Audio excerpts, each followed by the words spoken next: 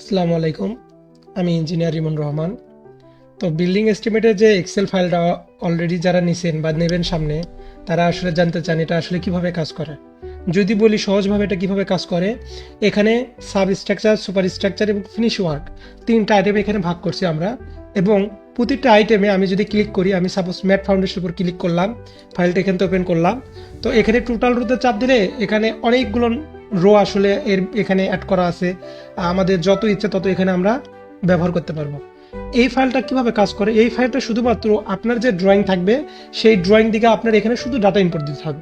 আপনার আলাদাভাবে কোনো ক্যালকুলেশন করার প্রয়োজন নাই, শুধু ডাটা ইনপুট দিবেন, অটোমেটিক ক্যালকুলেশন হয়ে যাবে। এবং যে কয়টা ঘরে ক্যালকুলেশন করবেন শুধু সেই কয়টা ঘরে আপনি চাইলে দেখতে পারবেন, বাদ বাকি ঘরগুলো অটোমেটিক হাইড হয়ে যাবে। দেন এরপর আমরা কি দেখতে পারি, এরপরে একটা এই যে ম্যাট ফাউন্ডেশনের টোটাল কস্টটা কত, এই জিনিসটা দেখতে পাচ্ছি। এবং এখানে এর ভিতরে কি কি ডায়ার রড আছে এবং কত মিলি এখানে দেখতে পাচ্ছি, কি কি ডায়ার রড লাগবে এটা আমরা দেখতে পাচ্ছি। এরপরে আমরা যদি চাই যে পিডাব্লিউডি হিসাবে এখানে টোটাল কস্টটা কত হতে পারে এটা দেখতে পারি।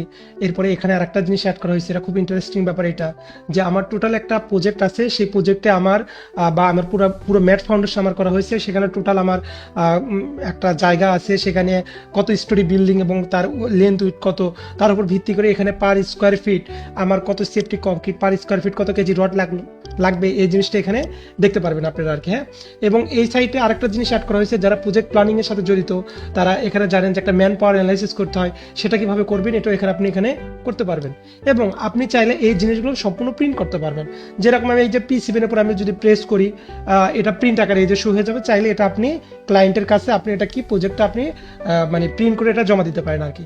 তো সেমভাবে এখানে সবগুলো নিয়ে সিটি প্রিন্ট করা যাবে।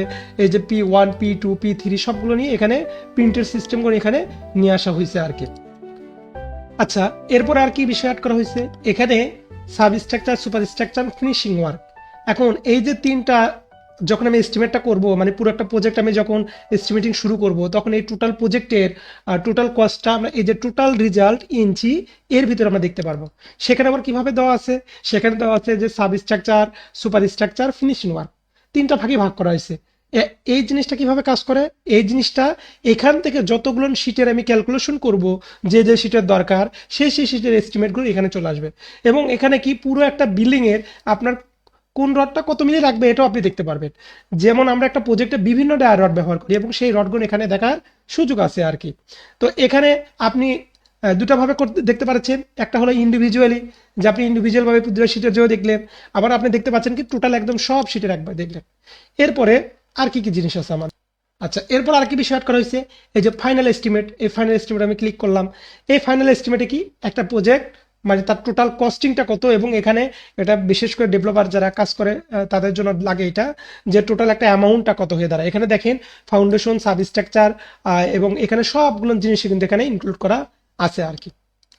দেন এরপর আর কি বিষয় অ্যাড করা হয়েছে, এই যে পিডাব্লিউডি এস্টিমেট 2022, আমি যদি এটার উপর ক্লিক করি, এটা আপনি এই যে পিডাব্লিউডির যে বিএকিউ সিস্টেম যেটা, এই জিনিসটা কিন্তু সব এখানে দেখতে পারবেন। মানে যে যে শিটের আপনি এস্টিমেটটা করবেন এই শিটে এখানে আপনি দেখতে পারবেন।